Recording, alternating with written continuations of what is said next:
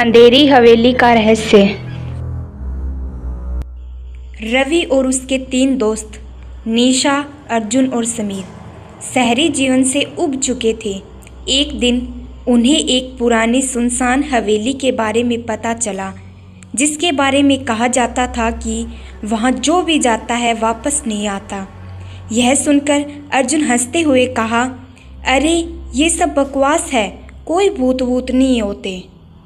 निशा को यह चुनौती पसंद आई और उसने सुझाव दिया कि वे रात में वहां जाकर पता लगाए कि सच क्या है। वे चारों अगले दिन अपनी कार से उस हवेली की ओर चल पड़े। हवेली सुनसान और झंझर थी। दरवाजे पर लगे लकड़ी के फट्टे पुराने और सड़े हुए थे। जैसे ही उन्होंने दरवाज़ा खोला, एक ठंडी हवा का झोंका आया, मानो कोई उनके आने का इंतजार कर रहा हो। अंदर घुसते ही उन्हें एक अजीब सी घुटन महसूस हुई। हवेली के अंदर फर्श पर धूल जमी थी, लेकिन किसी के ताज़ा कदमों के निशान साफ दिख रहे थे। अगर यहाँ कोई नहीं रहता तो ये निशान किसके हैं? समीर ने घबराते हुए पूछा।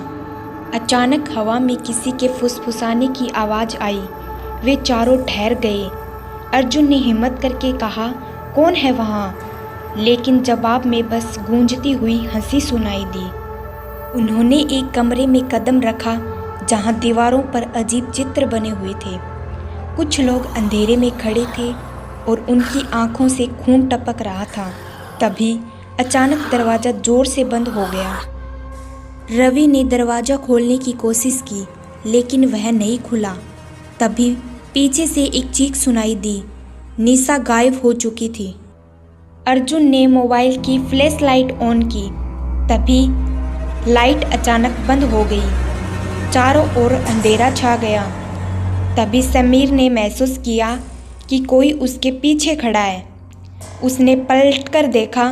एक सफ़ेद धुंधली परछाई थी, जिसकी आंखें लाल चमक रही थी। वह चीख नहीं पाया। बस कुछ ही पलों में समीर भी गायब हो गया। अब केवल रवि और अर्जुन बचे थे। वे एक दूसरे का हाथ पकड़कर भागने लगे। तभी उन्हें एक पुरानी डायरी मिली, जिसमें लिखा था, जो भी इस हवेली में आया वह अपनी आत्मा छोड़कर ही जा पाया। रवि को अचानक एहसास हुआ कि यह हवेली सिर्फ एक खंडर ही नहीं, यह आत्माओं का जाल थी, जहाँ कोई भी आता कभी लौट नहीं पाता। अर्जुन ने भागने की कोशिश की, लेकिन तभी किसी अदृश्य शक्ति ने उसे उठा लिया और अंधेरे में खींच लिया। अब रवि अकेला ही बचा था। वह पूरी ताकत से दरवाजे की ओर भागा, लेकिन दरवाज़ा खुल ही नहीं रहा था।